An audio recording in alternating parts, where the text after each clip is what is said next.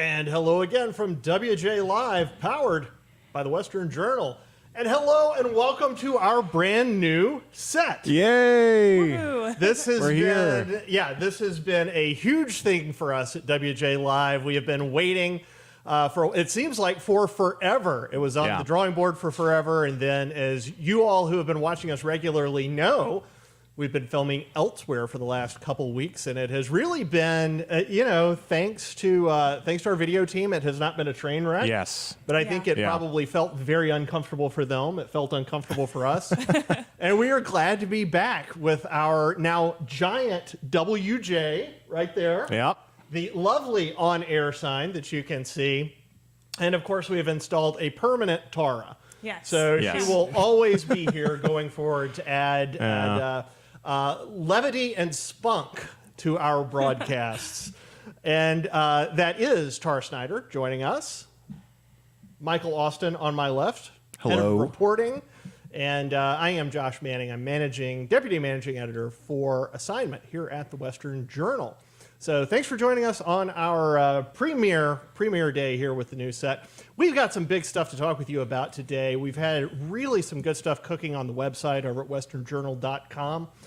Very good traffic over the last 24 hours. Yes. We're going to bring you three of the biggest stories that we've got. We will be talking about huge developments in Maricopa County in Arizona. As you know, the audit is taking place there. It is going to be released Friday. We're going to be covering that live, and we'll talk with you a little bit more about that later in the broadcast. But we've had big developments with the Maricopa County Board of Supervisors, a resignation there, and some leaked audio that allegedly contains some interesting admissions from a supervisor there. Additionally, we're going to be talking about Boris Johnson and Joe Biden, their press conference together, and what happened when it looked like Sleepy Joe actually lived up to his name live, how the White House responded to that. But, and we will also be talking about what has been called missing white woman syndrome. If you have been paying attention to the left, if you've been paying attention to the leftist media out there, you've heard people talking about how alleging that, well, people only care when it's a white woman who's gone missing. When it happens to minority women, nobody cares. Well, Michael's going to unpack that. We're going to find out the truth. Yep. Actually, maybe the opposite of that, believe it or not. But first off, Tara, take it away with Bojo and Biden. Oh, yes. So today or yesterday, they had the meeting with different world leaders, and Boris Johnson happened to be visiting. And during his visit, he came over and was talking to Biden, and they were doing one of their, little, let's sit down and pretend we're friends rather than world leaders kind of montage.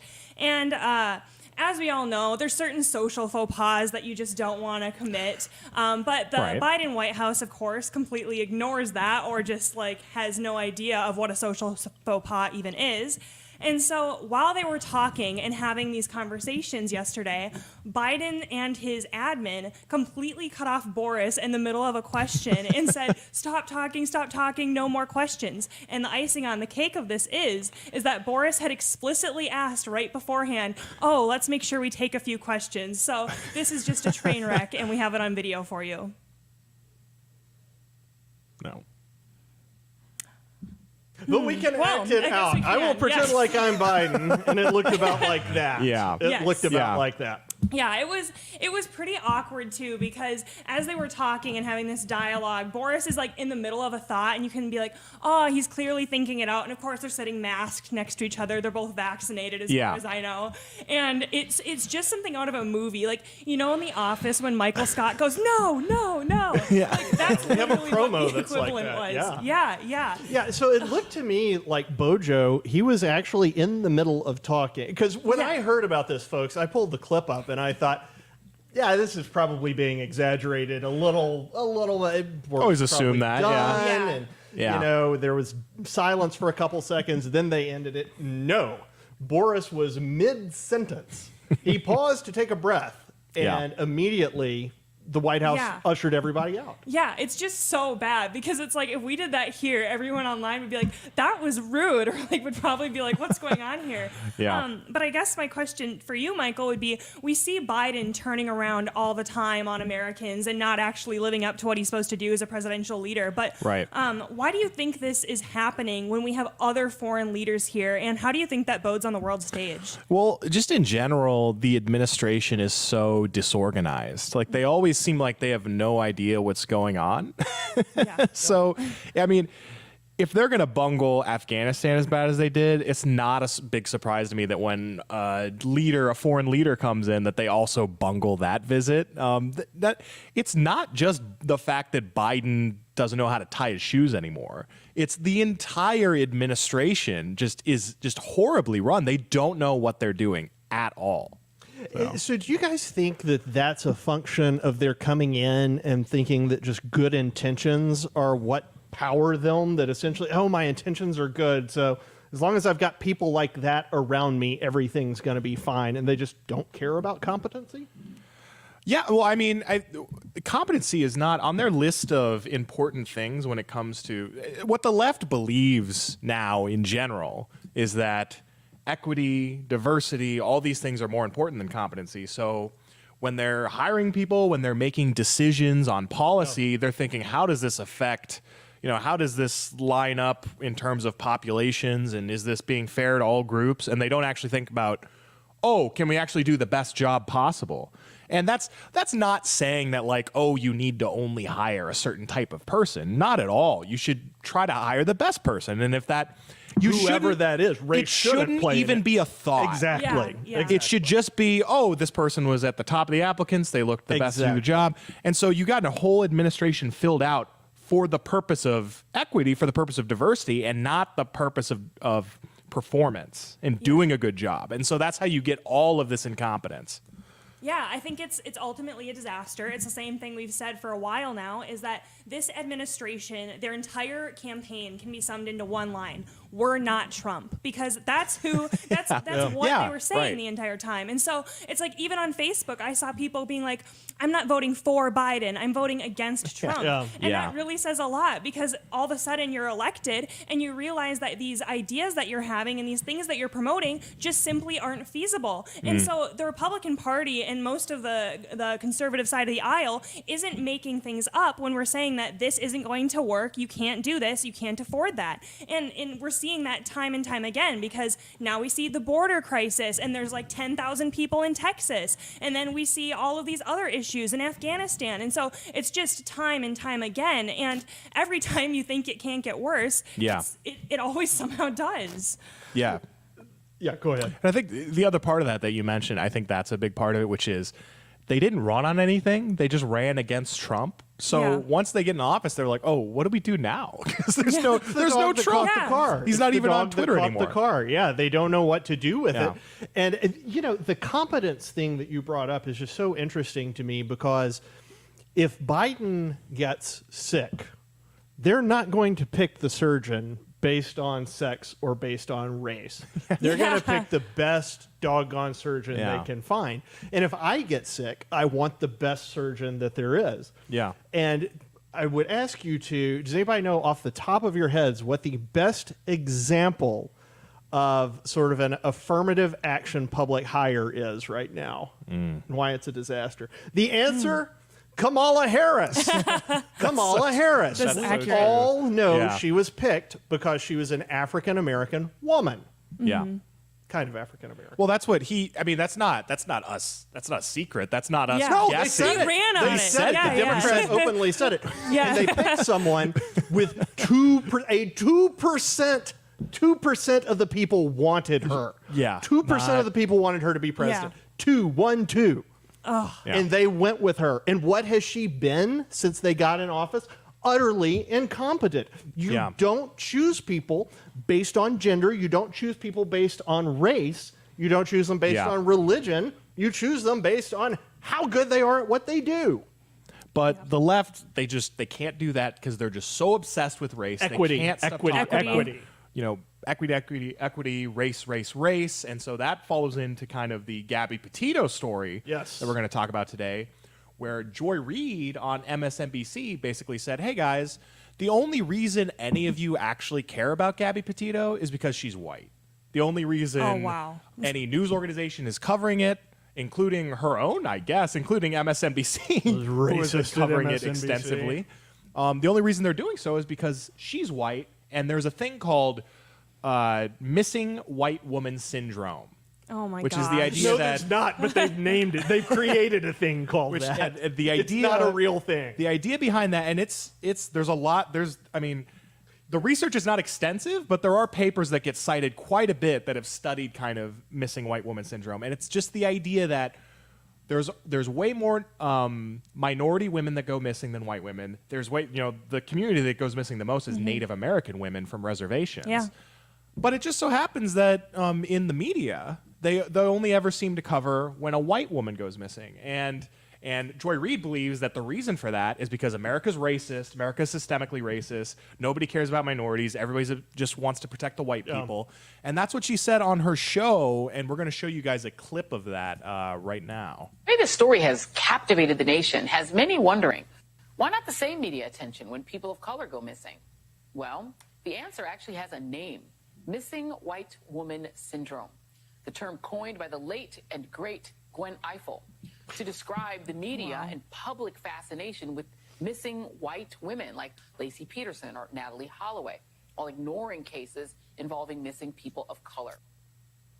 So, this week I wanted to try something different. And so since Monday, I have spent the entire week researching missing white woman syndrome, researching the papers that, all these researchers, these criminologist publications have put out on what exactly missing white woman syndrome is. And I can tell you for certain, after reading all of that stuff, that it doesn't exist, and these people are all idiots. They're either idiots or they're corrupt. Frauds. Yeah, corrupt frauds. So what they're doing is the same thing that the left always does, which is they look at an issue, they find a discrepancy by race, and then they go, it's There it racism. is. The Bingo. reason is racism. But, if they do that whenever it's the whites are in the majority. But, like, if you look at the NBA, where most of the players are black, you don't hear any leftists going, oh, well, it's black supremacy, it's black racial bias. Obviously, the heads of the NBA just want it to be dominated by blacks. The white heads of the NBA. They don't say that. They don't say it about universities. They don't say, universities have this Asian American supremacy, this Asian American bias where they select Asian Americans. And the reason you don't do that is there's cultural differences. I'm a huge basketball fan, and anyone that knows a lot about basketball knows that it is just basketball culture is intrinsically tied with black culture. They're like one and the same at this point. Hip hop, basketball, all of that stuff, sneaker culture. It's just become intertwined over the last several decades. Asian Americans, when there have been multiple studies that have come out that show that Asian American parents have their kids do homework more. They work with their kids. They make their kids study harder. It's not just a stereotype. It's a thing that actually happens, or at least the stereotype is based on reality. And so instead of just saying, it must be racism, I actually looked at some of the biggest cases where white women were the ones that went missing and where it caught national media attention. I'm like, okay. So I'm not going to say that it's not because of racism, because, these very same media outlets, they only cover when the police shoot unarmed black victims when there's way more unarmed white victims. So, I'm not going to say that the media is above being racist, the establishment media. So I'm just going to look at these cases and see if there's a difference. And what I've found time and again in a lot of these cases that they cite is that when it comes to these high-profile cases, the fact that it's a woman from a high-income community, from a low-income community, she's getting kidnapped, and it's a rare situation. It doesn't happen very often. It's newsworthy.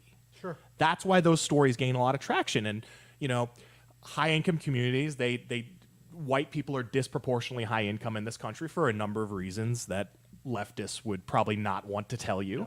And there's just a number of reasons like that why the disproportionate analysis exists. The other fact about it that I found quite interesting is that the media they often shy away from cases with minorities because they don't want you to know about the situations going on in minority cities. Bingo. And, That's what I think the biggest thing is.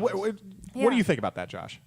Yeah, I mean, look, this is the people who are saying that missing white woman syndrome is a thing. I think they are complete fraud. At least the ones in the media are, because there is so much more violence perpetrated against black women and children Yes. in the inner city Yes. that is never touched on. Never touched on. How many lives get snuffed out in Lori Lightfoot's Chicago on a weekend? And there's nothing is said about it. Democrat politicians won't never. mention it. The leftist media isn't interested in mentioning it. You might get a total number of people killed. There is no talk about how disproportionately it's African American. Yes. And how it occurs. The vast majority of it occurs in cities that are run by Democrats. Yeah. There's no talk about that. So if you want to say that there's missing white woman syndrome and you're in the media, then you are part of the problem, because you ought to be covering the mess out of what's going on in urban centers in the U.S., but you are too cowardly or politically biased. You're a sellout. You're a fraud. You're corrupt. You're too much like that to cover it. Shame on you. And to put those numbers from Chicago specifically in perspective, more children have died from gun violence in Chicago since COVID started than have died from COVID-19 itself. So if any of you watching have heard Yeah. that statistic, I will be stunned. In other words, I suspect this is the first place you've heard it. Yeah. We're the only people talking about that. New York Post covered it, and they do a great job, but they're one in a sea of Yeah, national and tiny. outlets They're that- they're not new media. Yeah. They're not on the air. Yeah, and they do a good job trying to cover this stuff. But too. the part of this whole story that stuck out to me the most is that the community that does have the most missing women of all of them is Native American. Women go missing off of reservations at All the time. an incredible. It just happens all the time. Yeah. And why is that? Why are reservations so run down? Why are they so horrible? Well, they're basically little pockets of socialism spread out across America. The government keeps feeding them, money and welfare But programs. just enough to subsist. And it keeps them from developing economically. And, there are organizations out there. There are Native American organizations out there. Crap, I don't have it pulled up. But this story I just read that there's a tribe from Nebraska. There's an organization that they kind of created, which is designed to help Native American tribes across the country develop economically. And the founder of that organization said, we don't, Karl Marx is not the answer here. Socialism is not the answer here. The government needs to stop giving us all this money. And instead it needs to, we need to develop economically. We need to find new ways to reach out economically, to develop our communities, to interact with the outside American community and all the resources they have, more interchange between the two. Tara, you're a white woman. Do you think the media is obsessed with you going missing? I don't think so. I think that they're probably more obsessed around the circumstances of someone going missing, because I just was mulling this over in my head as you guys were talking, and I was thinking about it.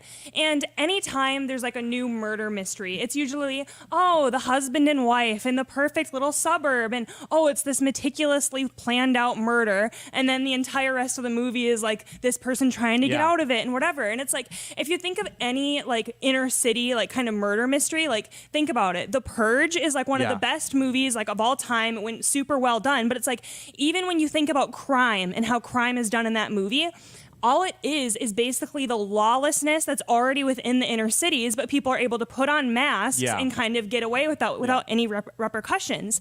And I think that really says something, because I was looking even at some statistics the other day that was talking about how so many people even now are getting away with crimes at an exponentially high rate ever since the death of George Floyd, and how cities are just letting certain things go. Yeah. And Bail so reform.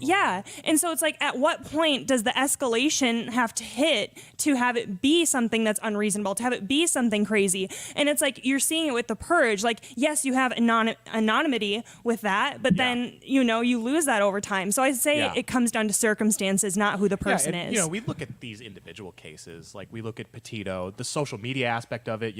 There's TikTok videos going crazy trying to solve the crime, and actually a lot of them actually pushed forward kind of the investigation. True. Yeah. That obviously that would gain national attention. That case, one of the cases Joy Reid used as an example of missing white woman syndrome was Natalie Holloway. Sorry, Natalie Holloway, and that was a case of international intrigue and like all this crazy stuff going on. Or whatever. The fact that those two women are white had nothing to do with why those stories went national and went viral. And the left, they are so stupid. They have one level of analysis. Look at everyone's skin color. That's the end of the story. It's racism. Yeah. Look deeper. Think for yourself. That's what people need to do. And I think, too, just part of the reason that the Gabby Petito case went so viral is because I remember I was like sitting in the office and I was like, wait, did you guys hear about this? Because the cops go to the boyfriend's house and are like, oh, we're just looking for your girlfriend. Do you know where she is? Because maybe she wasn't talking to her parents, got into a normal like fight, whatever. And his parents answer and they're like, no, we're not going to comment. Here's our lawyer's number. Yeah. So it's like, that's a crazy response to just be like, oh, I don't know where she is. It's completely not normal. So to act like, oh, that's like every other case in America, it's not. No. It's not. And again, listen, if you are in the media and you're watching this, or you're probably too dumb to be watching it, but if you are in the media and you are watching this, have the guts to take a stand. Have the guts to say, look, we need to cover the crime that is impacting black families, that is disproportionately impacting minority families. Deal with it, but deal with the politics behind it too. It is the vast majority of this is happening in Democrat-controlled municipalities where liberal policies rule, where the defund police movement is strong, where bail supposed reform is happening. These folks are being absolutely screwed over. These are decent people who are being screwed over by the politicians and by you in the media who refuse to cover this stuff. If missing white woman syndrome is a thing, you are the ones who have caused it. Because you're the ones covering that and not the other crimes. Again, shame on you. We are covering all of those crimes. We cover extensively the damage that is done in those cities, the fact that, welfare programs and they hate us for it. They Yep. fact check the mess out of us. They try to shut us up. They hate us for it. So when we cover those and things, call they're us crying racist. about. They call us racist. Yeah. So that's No. They always think we're conspiracy theorists, and it's not just with race, it's also with, election news and the audits. So I'll tell you what, if I have learned one thing today, it is that this new set energizes us. So let's talk elections. All right, big stuff coming up, folks. Yes. Friday, the Maricopa County audit will be released. That's going to be happening around 1 o'clock Arizona time, I believe. We will be covering that. We will be carrying it live. So the YouTube channel you're watching us on right now, hang out there on Friday, and we'll have live coverage of everything that's going on WJ Live. Don't know that you'll actually see us. I think we're probably going to just take the entire coverage itself, but that's developing as we go. But anyway, big news actually predating that just a little bit. So interesting things began to happen earlier this week as it concerns Maricopa County. So on, let's see here, today's Wednesday. So on Monday, September 20th, the Gateway Pundit, which runs a whole lot of breaking, very early surfaced news, sometimes things that haven't been confirmed yet, but they are on the cutting edge of getting new content out there. They ran allegedly leaked audio of Maricopa County Supervisor Steve Chukri. I believe I'm pronouncing that right. And Chukri was the audio. Gateway claims that the audio is of Chukri meeting with representatives of We the People Arizona Alliance. That's a citizen-led organization that has really tried to push election officials toward a forensic audit. So he met with them back in March, and allegedly, the audio that's been leaked has some incredible insight from Chukri. Now, I'm going to get into that with you here in just a second, but first off, that happened on Monday the 20th. Yesterday, Tuesday the 21st, Chukri handed in his resignation. He announced that he was leaving his position effective November 5th. Now, that could just be a coincidence. That's possible. But it's a strange thing. Chukri confirmed that he had been recorded secretly. He did not say that these recordings are the recordings he was referring to, but I suspect they are. Now, let me get into this just a little bit with you folks, and then we'll discuss. So I'm pulling some of this from Gateway. Chukri was the only supervisor who was willing to meet with residents of Maricopa County to discuss serious election concerns, and he shared those concerns. Shared them with We the People, Arizona Alliance. Chukri said that the extremely small-scale audit performed by Maricopa County and used to declare that the election was free and fair was actually pretty, quote, bull expletive. Now, let me go over that with you again. This is not the Cyber Ninjas audit. This is not the Maricopa County audit that's going on right now that we're going to get the results from Friday. This is the original small-scale audit that they did to declare the county itself, the county election, legitimate. So Chukri, who's on the Maricopa County Board of Supervisors, calls it pretty, quote, bull, whatever. Chukri also threw Supervisor Clint Hickman under the bus for that, quote, bull audit, where they only audited 2% of the ballots. He also accused Hickman of not having the guts to go farther. In his resignation letter, however, Chukri wrote, "While I've had many differences with my colleagues, I've known them to be good, honorable, and ethical men. The picture some individuals are trying to paint about a cover-up scam and other nonsense about my colleagues and myself is simply false. There was no cover-up. The election was not stolen. Biden won." That was in his resignation. The problem is that the alleged audio, Chukri goes farther in it. He says, "I should have never believed what I was being told," talking about the original audit. The audit was of approximately 47,000 ballots out of nearly 2.1 million. Chukri said to Shelby Bush with the Arizona Alliance, "You know what I think it was in hindsight? Bill Gates," not that Bill Gates, this is Maricopa County Supervisor Bill Gates, "got scared because he barely won. And Jack Sellers got scared," again, another supervisor, "got scared because he only won by 200 votes. And then there was an audit and a recount, which was pretty, again, quote, BS, by the way." Chukri went on to say, I think it was done through dead people voting. I think it was multifaceted." Shelby Bush responded, "They threw everything but the kitchen sink at these elections. The information, the data we have is incredible. USA Today has put out a hit piece on our organization stating that the information we provided at our rally was conspiratorial and unfounded truth. We have the evidence. We have the voter rolls. We have it, but they don't want to admit it. And you're right, it was multi-layered. It was dead voters." Chukri responded, "Ballot harvesting, ballot harvesting." So I have a mutual friend who knows Chukri this morning, and this person is I would classify her as an unassailable conservative. And she said, "Look, Steve is a good guy." And I believe that. I mean, look, I believe that. I think he was probably, if the audio is accurate, he was caught in an unbelievably untenable position. What do you do after this? Yeah. So, Tara, let me toss to you first. What do you make of what the leaked audio alleges Chukri said? What do you make of that versus what he said in his resignation letter? Hey, look, it wasn't stolen, Biden won. I think it just shows kind of the broader picture, because I think we all like to believe that we're gonna stand up and we're gonna say this, or we're gonna go against the grain. But just to be somewhat charitable, I think that there's a lot of key players that come around, especially with elections and just the smear campaigns and everything that happens. We've seen what's gone on with Ashley Babbitt, that she's just been smeared as this complete conspiracy theorist. People call her a terrorist. Yeah, people malign her. And so I terrorize people by being shot. Yeah. Yeah.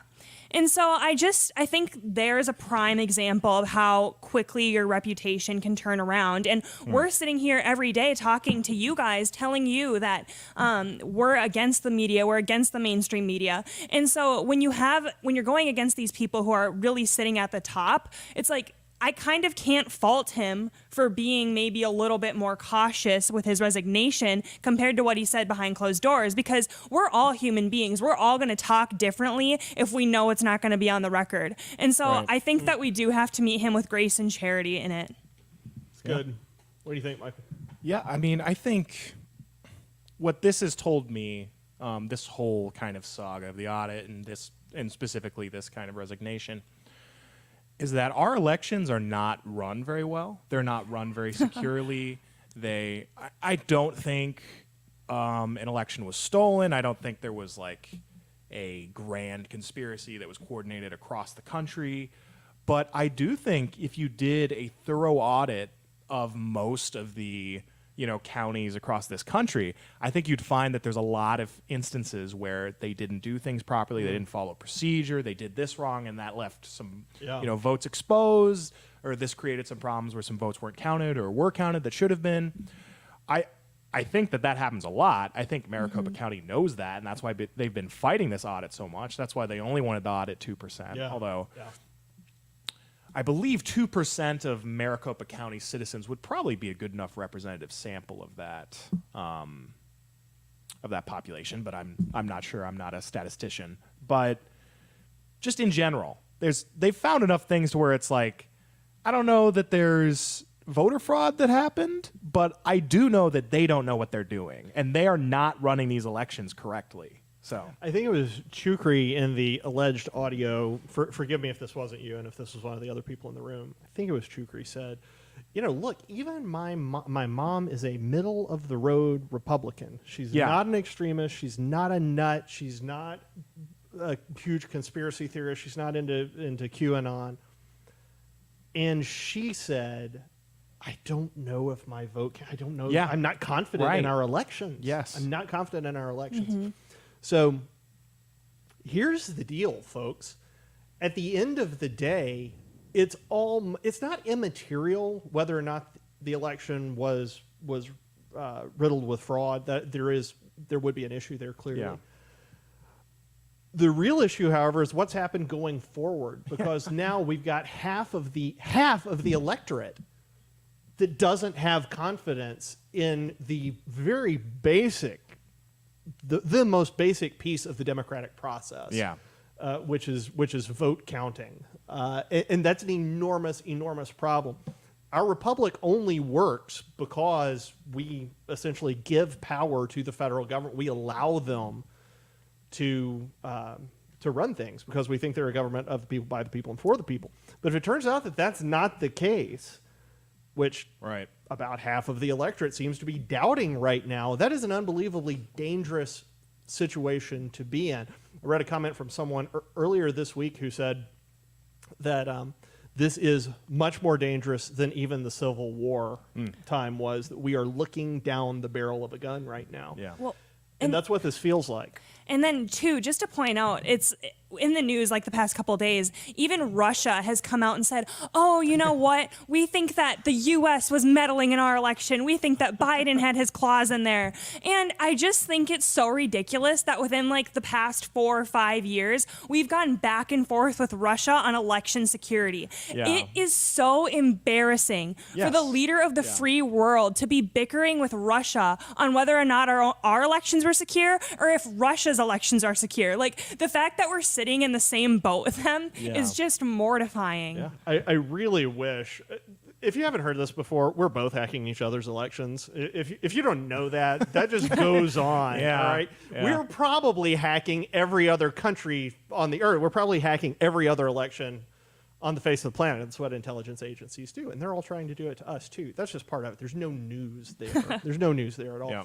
What is news is ballot harvesting. What is news is votes being counted without signatures. What is news is massive numbers of ballots showing up with the same handwriting and that sort of thing. So, all right. Well, we've gone over, folks. The news set really got us energized today. So we've gone over. Thank you for sticking with us. We appreciate it. We are halfway through the week. We're more than halfway through the week. We're 3 days through the week now. As I mentioned earlier at the top of the show, we are going to be here Friday. We're here every Monday, Wednesday, and Friday at 2 p.m., 5 p.m. Eastern, 2 p.m. Pacific.